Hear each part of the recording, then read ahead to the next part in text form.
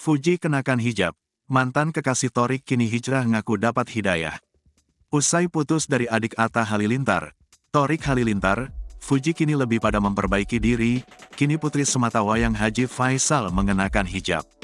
Aunty Galaskai bersyukur dan mengaku mendapat hidayah untuk mengenakan hijab walau masih belajar. Mantan kekasih Thorik Halilintar ini mengaku butuh waktu untuk memantapkan hatinya mengenakan hijab. Fuji terlihat memakai busana tertutup saat menghadiri suatu acara di Cinere, Depok, Jawa Barat, Rabu, tanggal 8 Maret tahun 2023. Selebgram Fuji butuh waktu untuk memantapkan hatinya mengenakan hijab.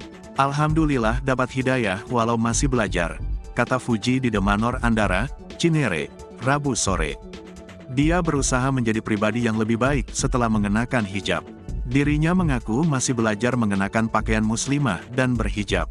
Saat ini Fuji mengaku belum bisa memasang hijabnya sempurna dan butuh bantuan orang lain. Momen Fuji mulai berhijab ini terjadi beberapa waktu setelah dia patah hati.